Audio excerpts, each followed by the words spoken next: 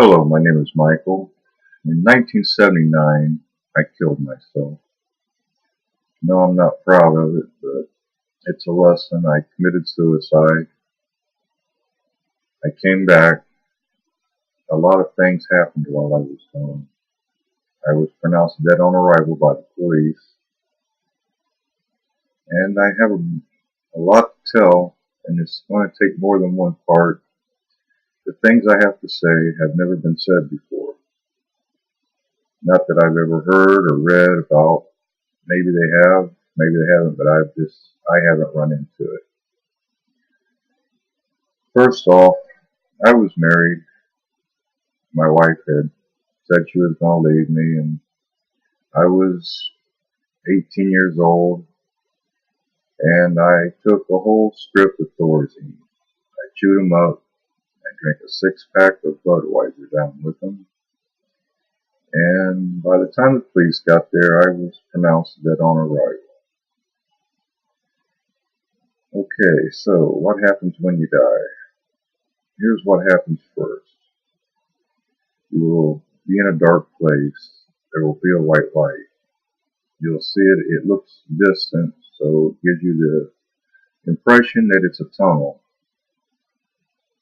Well, if you walk towards the light, as I did, when I got to the light, it was like the darkness that was around me, it just vanished. And all around me, there were men standing. They were all in white robes. Uh, you know, everybody was quiet. Nobody said anything. It's just like they were contemplating, I don't know, their life or something. I don't know what they were thinking about, but I looked around me. I seemed to be the only one moving. Everyone else was just standing there. You could tell by hairstyles that some of these people had really been there for a while. I mean, something like that looked like Play-Doh type style haircuts and stuff. I mean, it was surrealistic. I mean, I had full memory. I mean, of things, but I really didn't think about them at that time. I was more interested in my surroundings. Everything was sort of whitish around me. It didn't seem like there was a floor. I mean, I don't remember looking for a floor, but it just amazed me that everybody was just standing there. I mean, nobody was talking to nobody. It was odd that they were all men. I didn't see no women.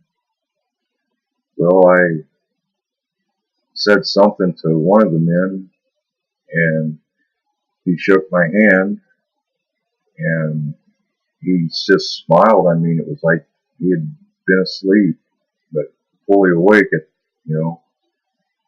And just instantly, I wasn't there no more. I was standing at a bottom of some steps. They were all white, and they looked extremely long. They sort of curved up and around. There was no banisters or nothing. I mean, I tried to look down. I'm wondering what would happen if you fell. I mean, what would you hit?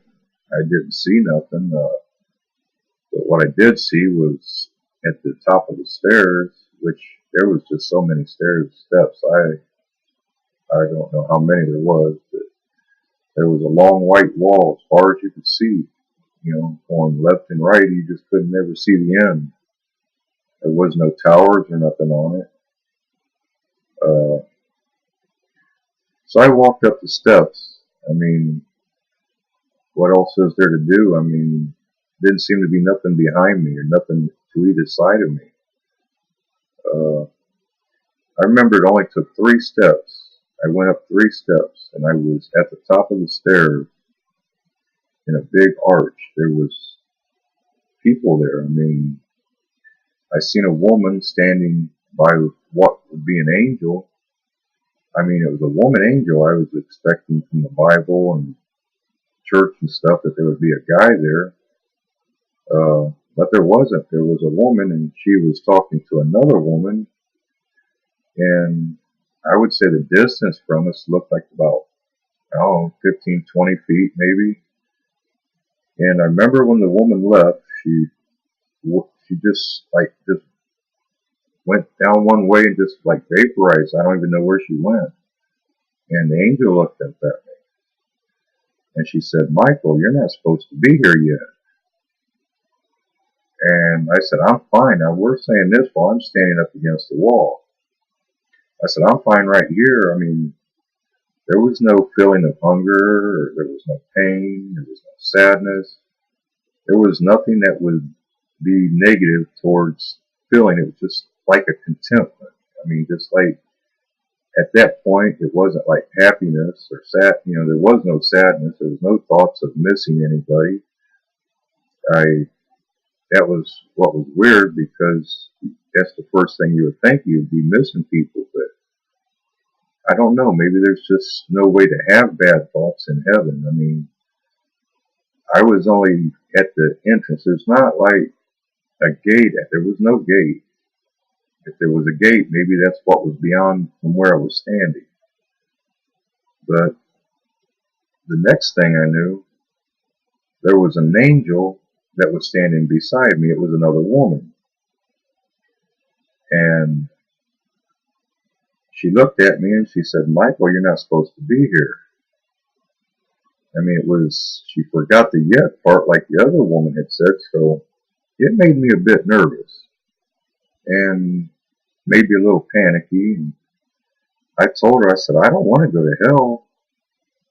And she smiled and said, "You're not going to hell." And I mean, when she spoke, it was just like, you take any person in your life that you've ever talked to, or somebody that you can imagine having talked to, that you just had so much respect for. I mean, it's, I mean, it's weird because it's hypnotic when they speak to you. Like, you just want to please them, make them happy. You want to do what they say. But I resisted because I wasn't convinced I wasn't going to hell. Why was I being led? I mean, I was being led down towards the wall, or that's where she seemed to want me to go, where I could see two men standing down there in white robes by another archway. And the angel put her hand on my shoulder. And there's nothing in the world that she could have asked me I wouldn't have been happy to have done for her. If she had told me to cut my arm off, I would have cut it off, and just so I knew I was making her happy. I mean, it's just such a feeling, a rush coming over you, that it's incredible. I mean, it's hard to explain. It was just like a rush of love that just shot through you. And you know, when you really love somebody, you know how you want to please them and make them happy and stuff. But there was no hesitation when she led me. We went down and walked to the next archway, and there was two men, and it seemed like everybody knew my name. I mean, it was just awesome. I mean, they was directing me down out through the door that I hadn't seen before. I mean, I never saw no steps coming anywhere other than what I used to come up. And I was a little reluctant, and one of them put his hand on my shoulders, and it was just like the other angel. It was just so immense. It was like pure love. I mean, that's the only way I could think to describe it.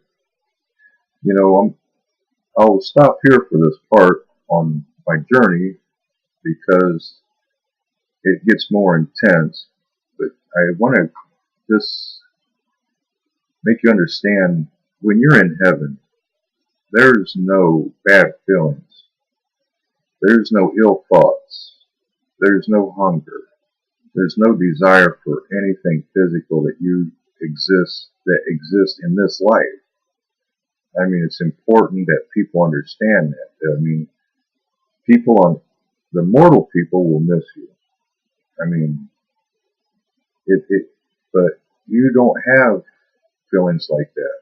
Now, maybe in the other room or area, I mean, in my religion, I'm a Protestant. I'm not a Catholic or anything. Not that, but it seems like in the Protestant religion, there is no other place. But I think, and I could be wrong, that in the Catholic, there's purgatory or something to that effect. Perhaps what that was, but I don't really understand purgatory, so I won't speak. But it just seemed like people might have been reliving their lives. I mean, I get that impression. But you have to understand, you don't feel sad. It's just not there. I mean, you, you, I've been told all my life, you come into this world alone, you will leave alone. And that they mean that in the most literal sense. It's just sort of hard to talk. I'm not really a public speaker. This is the first time I've ever done anything with YouTube. I hope you'll catch me on part 2, where I can go through it a little bit more on what happened when I went through the other door, because it's the part that I think keeps most people in line. Well, I hope I see you again. I hope that this has been enlightening a little bit. Any questions you have, I'll be happy to answer them. Well, that's it.